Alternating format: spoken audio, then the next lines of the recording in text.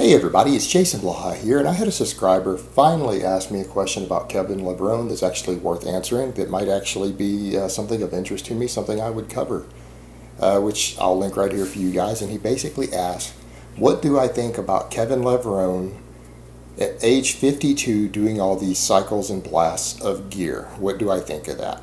Well, let me put on my +5 hat of weaponsmithing, do a little crafting, and see if we can answer that.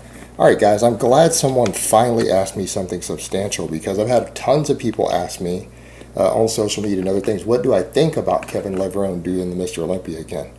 And I leave it blank. I don't answer because I don't have thoughts on it. I don't care. I don't care at all about Kevin Levrone. I don't care about the Mr. Olympia. So I literally have no thoughts on it other than I really just don't give a fuck. Now, that being said, we actually have a legitimate, real, specific question now. Kevin Levrone in the gear. What do I think about it?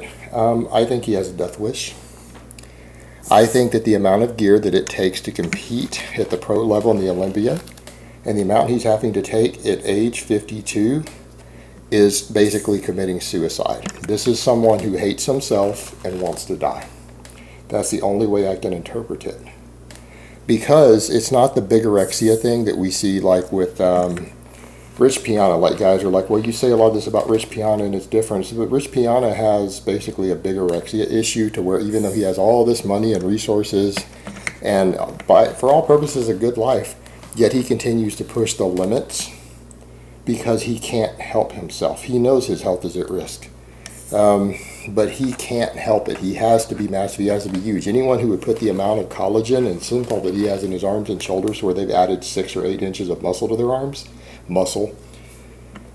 clearly has an issue that they can't get over. Kevin doesn't have the same issue. And the reason I say that, I've seen Kevin look like a normal dude who barely started lifting a year ago. For many, many years he looked that way, in fact. And he didn't seem to have a real problem with it because he went and focused on his music and other stuff. For some reason he decided to make an Olympia comeback. I don't know if it's because he really needed the money, wanted the publicity and needed the money and sponsorships and everything else, and therefore he chose to do it again, because he was clearly decently happy being a smaller guy again. It didn't seem to eat at him because he was there for years. He didn't go back on tons of gear.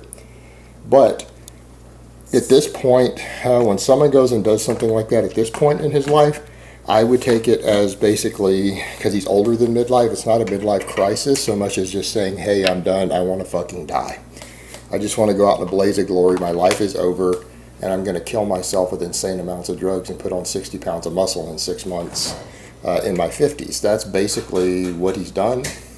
That's basically what he's doing. It's intentional suicide, and you can't view it as anything else. And other people who are fans of bodybuilding, they don't want to hear that. I know people who I'm friends with who are fans of him, and they're really excited that he came back to it because they're bodybuilding followers and fans. You know, that's their choice. I mean, I love that. I'm not going to judge them for that. That's what they enjoy. But you need to understand that a guy coming in and doing what he did at his age is intentional suicide. And you can't interpret it any other way. He's been around the game long enough. He's seen enough guys die. He knows the risk, that he knows that he is probably going out in a blaze of glory here. That if he doesn't die from this in the near future, doing it this late in the game the way he's doing it, he knows he's shaving at least 20 years off of his life. So I think there's something really unhappy going on in his life, to where he wanted one last piece of recognition for the one thing that he was well known for. I mean, he really isn't well known for anything else he did. Sure, he had a bit of a music career to my understanding. But his only real followers of his music were his bodybuilding fans. And, you know, and I know that can suck for a lot of people when they want to jump over and do something else, a different endeavor with their life, and they've done something like bodybuilding. And I think he made an honest go of it, but ultimately he realized all of his money was going to come from bodybuilding. And not the thing, the art, the music he was passionate about, because I am familiar with the guy. I have read interviews with the guy in the past many years ago, and I know that he was really wanting to push his music career more than the bodybuilding, that it was more important to him. In fact, I think he took like 3 months off from training every single year, even when he was competing. Didn't work out or do anything, just to focus on his music and his band. So that shows that in some ways, even though he knew the bodybuilding was his money, That was his only way to make money. And I tell most people there's no money in bodybuilding other than a handful of guys. Well, he was in that handful of guys. So you need to understand the difference. I'm not saying there's money in bodybuilding. There's money in bodybuilding for about 3 to 5 guys in the entire world. He happened to be one of them because he was a serious contender for the Olympia. So he was winning good money even on shows and sponsorships.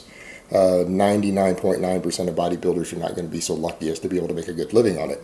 But he knew that was his money, and I think at the end of the day, his real passion was his music, because if you take 3 months off from training completely every year, when you know that your entire livelihood depends on training, you aren't passionate about it.